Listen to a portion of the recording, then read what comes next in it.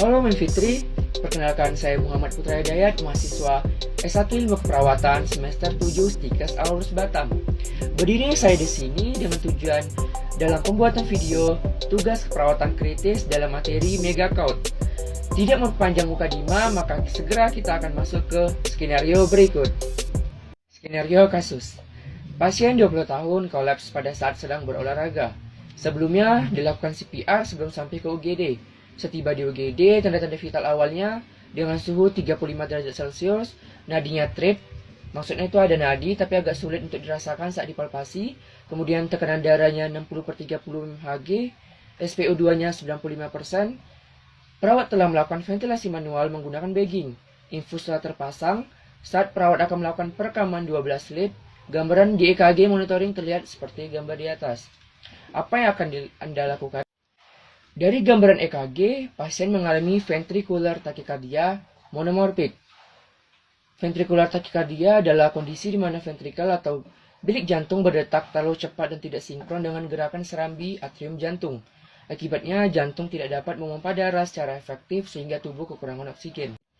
Pada kasus, pasien mengalami kolaps saat sedang olahraga.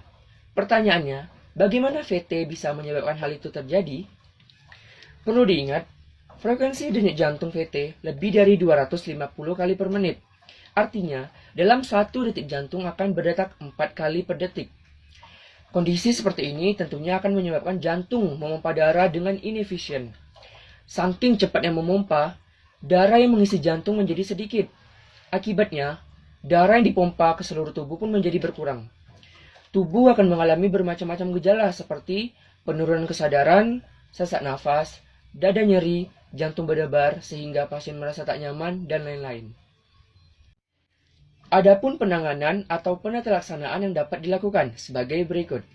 Yang pertama, pengkajian dasar BLS Assessment dan pengkajian primer atau Primary Assessment serta survei sekunder sudah dilakukan pada kasus. Yang kedua, CPR di awal sudah dilakukan dengan pemberian bantuan oksigen dan juga sudah dilakukan pemasangan monitor. Yang ketiga, setelah dilihat hasil EKG bahwa pasien mengalami ventricular tachycardia, berarti pasien masuk dalam bagian shockable, membutuhkan kejut jantung, maka kita harus melakukan DC shock. DC shock dilakukan dengan tujuan untuk memberikan suatu listrik dengan tegangan tinggi, lebih tinggi dari sinyal manapun di jantung, sehingga semua sinyalnya berhenti. Ventricular tachycardia ini, listriknya tuh kacau banget. Jadi, saking kacaunya, ia cuma berkedut doang dan tidak akan memberikan kontraksi sama sekali di otot jantung. Jadi, daripada agak jelas, lebih baik dimatikan aja dulu sehingga terjadi asystole. Setelah di-shock dengan tekanan 200 Joule sampai 360 Joule dan terjadi asystole, maka itu kita langsung CPR selama 2 menit supaya muncul lagi denyut jantungnya. CPR pertama tanpa pemberian obat. Kemudian masih terjadi VT. Maka ini gambaran untuk dilakukan DC shock kembali. DC shock dengan tekanan 200 Joule sampai 360 Joule, lalu kita melakukan CPR kedua selama 2 menit dan berikan bantuan obat melalui jalur intravena dengan epinefrin 1 mg di flash dengan NaCl 0,9% atau juga bisa dengan flash NS 20 cc dan ekstremitas ditinggikan sekitar 10 detik. Dan hasilnya tetap sama, masih VT. Maka kita shock lagi dan berikan epinefrin lagi dengan dosis yang sama.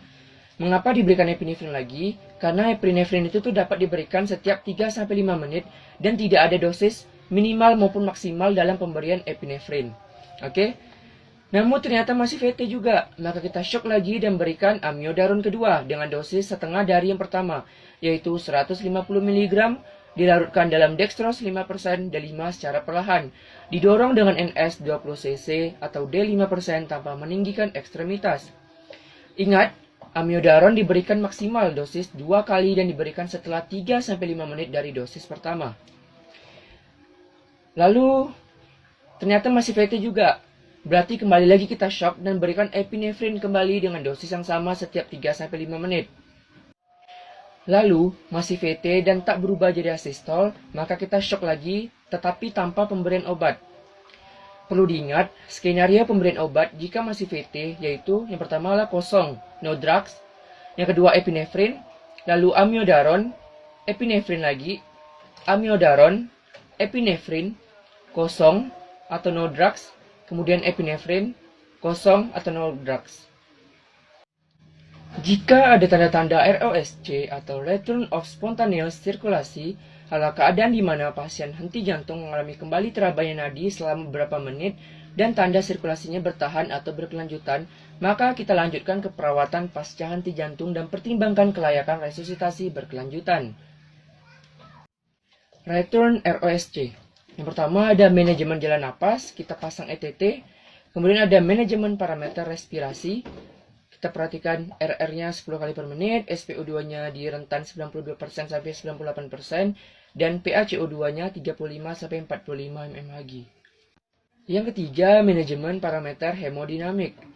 Tekanan darah sistoliknya di atas 90 mmHg, mean arterial pressure-nya di atas 65 mmHg.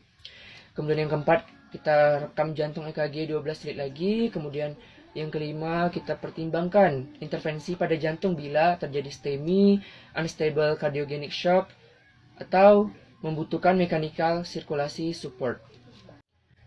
Yang keenam, kita perhatikan apakah pasien menurut komando. Jika iya, sadar berarti kita melanjutkan ke critical care management.